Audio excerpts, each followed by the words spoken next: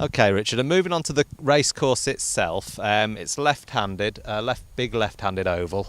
2 miles, is it? 2 miles? 2 miles and 125 yards all the way around. It's the longest continuous circuit in Europe. We think possibly the world, but we can't quite claim that just yet. But it's 2 miles, 125 yards, big galloping course, and it suits a horse with a lot of stamina, a lot of uphills over the last 6 furlongs. And it's flat only now. Has there ever been jumps racing here, or has it always been flat? Not to my knowledge, it's always been a flat race course. A lot of people think it would make a great jumps course. It would certainly be a testing old hill at the end, but we're happy with it just being a flat course at the moment. It would take a lot of renovation to widen the course, add a hurdles track and a chase track. So we'll stick with the flat course for now.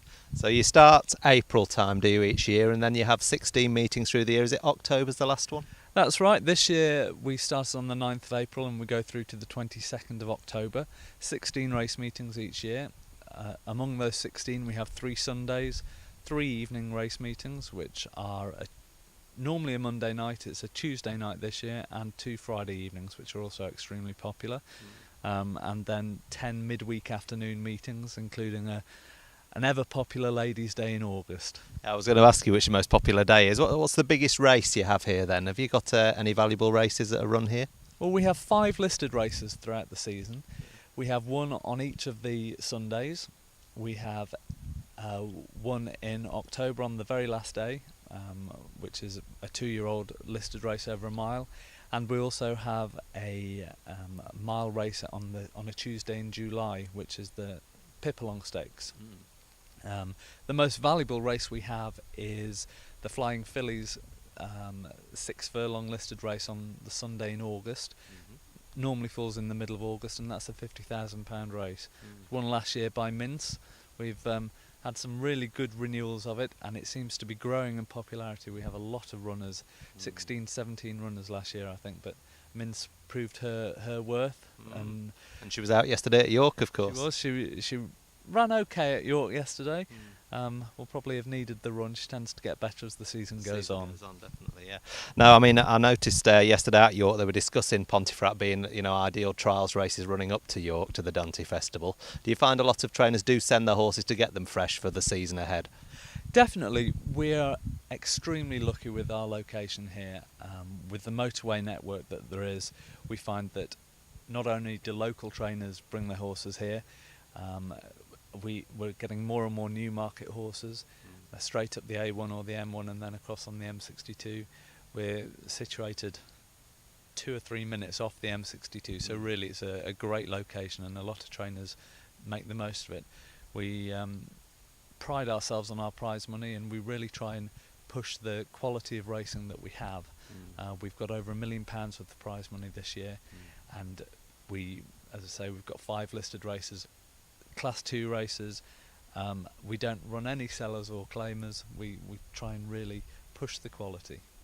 And in the is that being an independent course then, that you really try and get the prize money up yourself? Because obviously you're not part of a group, you're not part of ARC, or you're not a jockey club course, you're actually independent, aren't you? Yeah, we're one of the small independents, and we obviously can't be part of or don't want really to be part of a big machine. We have always been an independent course. I'm proud of it. I'm proud of it. We have to push our limits. We can't compete with the new markets and Yorks with our prize money and with the amount of marketing that we can put forward. But we do our very, very best with the budget that we have. Yeah, and it's good to know that you're supported as well. 16 runner fields and things like that's very good, isn't it? And a lot of the trainers are extremely good to us. Local trainers bring horses every race meeting, and we always have decent quality. And quite a few 2-year-olds as well, don't you? Yeah, the 2-year-old races seem to be being supported more and more this year. At our last meeting we had runners from Michael Stout, Peter Chappell Hyam, John Gosden, so they're all certainly prepared to bring their horses here. Yeah, not just solely the northern tracks either. And moving on to the track itself, let's talk a bit about the characteristics. I know you touched on it in the first part of the video. You said it's very undulating, uphill, really that last 6 furlongs, a lot of it is uphill. Let's start with the track itself, because I think it was 1983, was it? It was developed from being a horseshoe shape into the full oval. That's right. We completed the circuit, if you like, so that we could hold long distance races around the back of the boating lake. So we now have a complete oval, as I say, just over 2 miles all the way around, and we hold races between 5 furlongs, and we also have the longest handicap race of the year, which is 2 miles 5.5, which is the Pontefract Marathon. And that's Is that the one that starts at the 5 furlong start? That's right, that starts at the 5 furlong start, and they come past the winning post at the beginning of the race and then do another full circuit. So your trips are, what, 2 miles? Well, obviously the 2 mile 5, then you've got a 2 mile trip. There's no 1 mile 6, is there? There's a 1 mile 4? We actually have two 2 mile starts. Other than the 2 mile 5, we also have a 2 mile 1 and a 2 mile 2 start. Right. Then a 1.5 mile, a 1.25 mile, a mile, 6 furlongs and 5 furlongs. There's no 7 furlong start because of the position of the bend. The horses wouldn't have a straight line to run at for 100 yards to be able to get a 7 furlong start in. And I think that's what does strike you as you walk round the course, that all the starts are positioned very fairly, aren't they? There's a nice furlong and a half before they come to the first bend after a lot of the distance. That's it. People talk a lot about the draw bias at Pontefract, but if you break well, there's plenty of time to get a position over any distance. Horses obviously like to be close to the rail. It's a turning track, a left-handed track, so obviously that does suit horses closer to the inside running rail. But there's no excuses not to be able to get a position. No. And certainly, like we were talking about earlier, the stamina test that it is here, and I think, well, from the 3.5 furlong really point down in the dip there, it's all uphill to the finish, isn't it?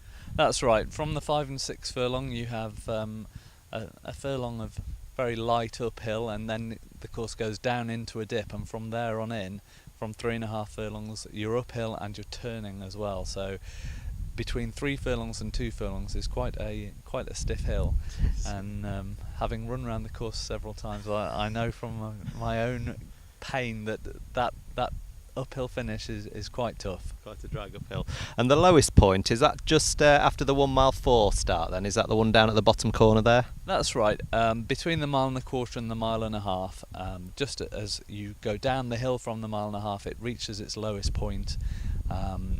There's a local nature reserve area down at the bottom end of the course, and it can be quite a marshy area. The race course itself is just a couple of foot higher than that area, so that doesn't tend to get too boggy. No. Okay, we'll just finish that part of the video there, and then we'll carry on in the next part a bit more about the characteristics and certainly the sprint course as well.